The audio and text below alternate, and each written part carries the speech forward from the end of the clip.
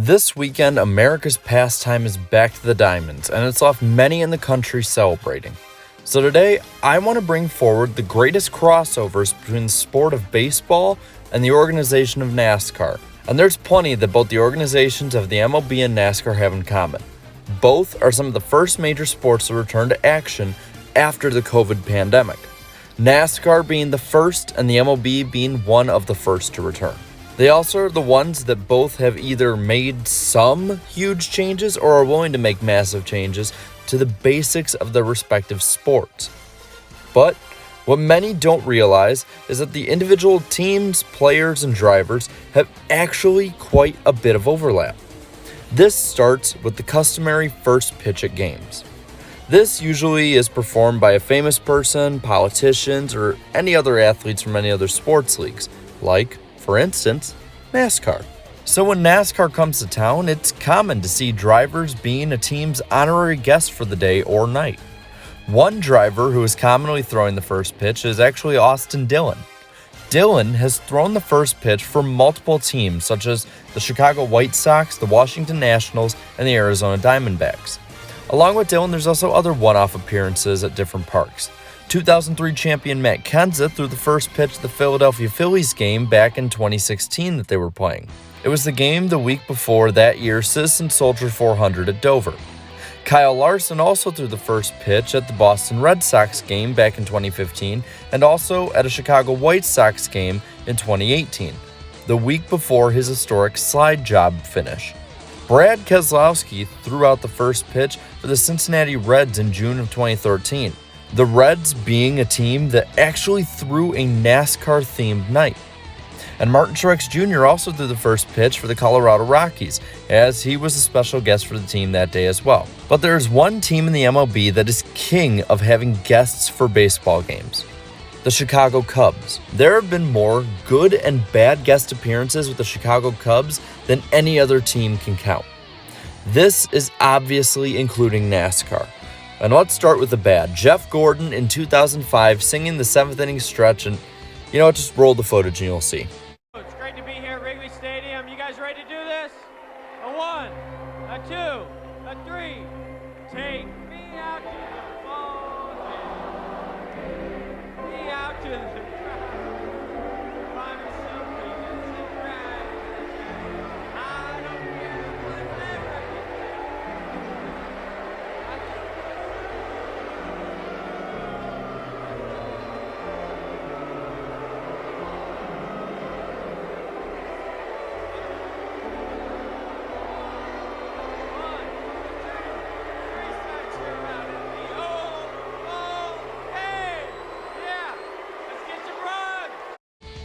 God, that was awful. But what hasn't been awful are some of the other appearances. In 2019, Ryan Blaney threw out the first pitch of the Cubs game, mimicking Cubs pitcher Craig Kimbrell. What's ironic about this is that the Cleveland Indians are Blaney's favorite baseball team, the team that the Chicago Cubs beat in the 2016 World Series to break their 108-year losing streak. But enough about opposing fans. What about actual Cubs fans? For instance, Danica Patrick was and is a Cubs fan who also threw out the first pitch in a game. But the king of NASCAR Cubs fans is and forever shall be 2004 champion Kurt Busch. Busch has been extremely public about his Cubs fandom, and while showing up at other parks and other jerseys, he always has a Cubs shirt on underneath. The man also has a plethora of Cubs facts and info behind him. So if you're a Cubs fan and you see him at the track, you really should talk to him. He will 100% be down to talk Cubs with you. Trust me, I can say it from experience. Now, it's not only individual drivers who go to throw out the first pitch or do a crossover. One of the biggest mergers in NASCAR history actually had to do with one team in NASCAR being historic, forming with one historic baseball team, Roush Fenway Racing. The merger connects Jack Roush with the Boston Red Sox. These are two of the most historical teams in both of their respective sports and leagues. This isn't something that just happens every day. There's also other MLB connections as well. LA Dodgers' Cody Bellinger and Alex Wood also gave NASCAR a shot in a segment for the LA Dodgers. There have also been some interesting merchandise options combining these two sports. There was a line of NASCAR-themed baseballs that actually was sold at one point that would be colored the same as a driver's car and have their number on it, as well as their signature. MLB Team Center die-cast also were sold at one point, but die-cast only scratched the surface of baseball-themed schemes. In 2000, Bobby Labonte ran an All-Star Game-themed car. This would lead into some of the most iconic schemes of the early 2000s. Dale Earnhardt Jr. ran the MLB All-Star Schemes for 5 straight seasons, from 2001 to 2005, and everybody knows what he did in the 2001 rendition. Here they come, turn 4, final lap of the Pepsi 400. Michael Waltrip in second, but it's going to be Dale Earnhardt Jr.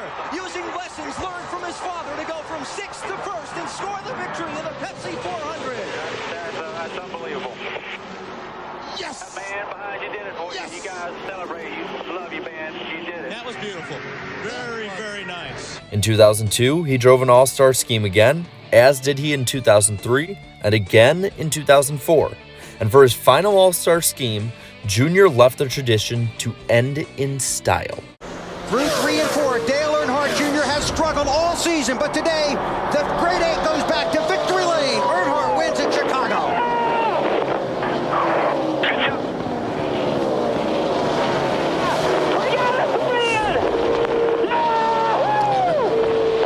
Now in 2015, the Kansas City Royals also won big with that year's World Series.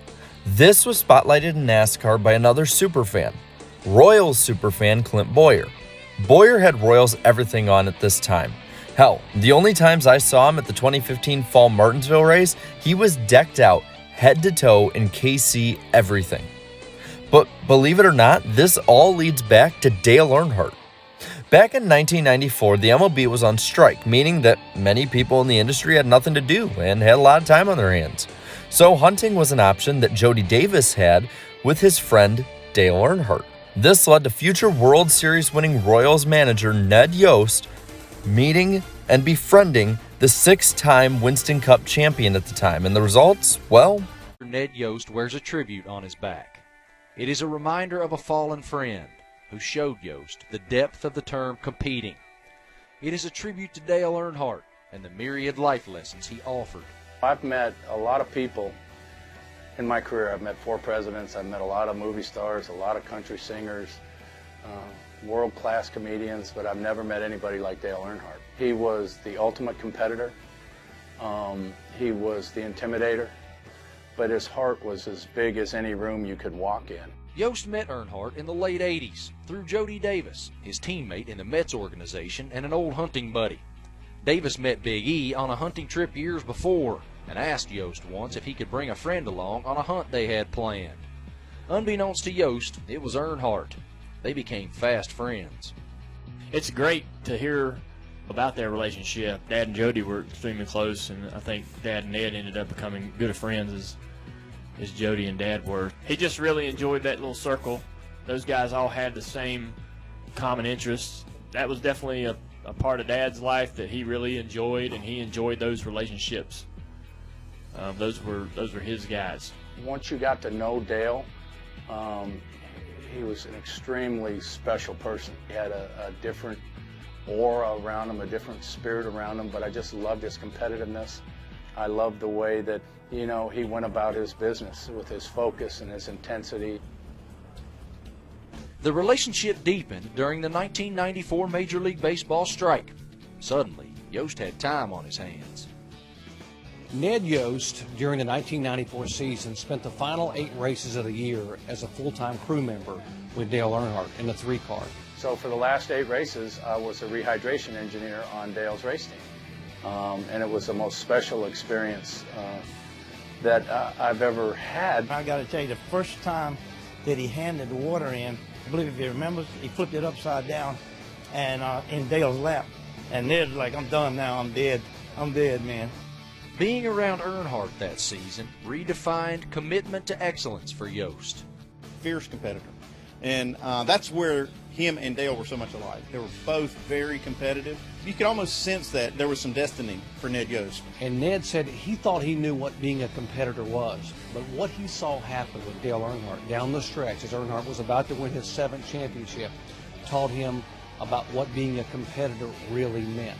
Bobby Cox taught me how to, interact with people and how to treat people and how to manage baseball games. Teddy Simmons taught me the game, and Dale Earnhardt taught me how to compete. Dale Sr. also was a huge Braves fan, and the Kannapolis native actually had a team in his town named after him, the Kannapolis Intimidators. But unfortunately, someone had a problem with it, and the team had to be forced to rename their organization. So, after hearing and seeing all this, I want to pass this on to you. What is your favorite NASCAR baseball-themed crossover, and which one did I inevitably miss? Let me know down in the comments below. And if you liked the video, please leave a like on it and subscribe to my channel for more great NASCAR content. And until next time, have a good one.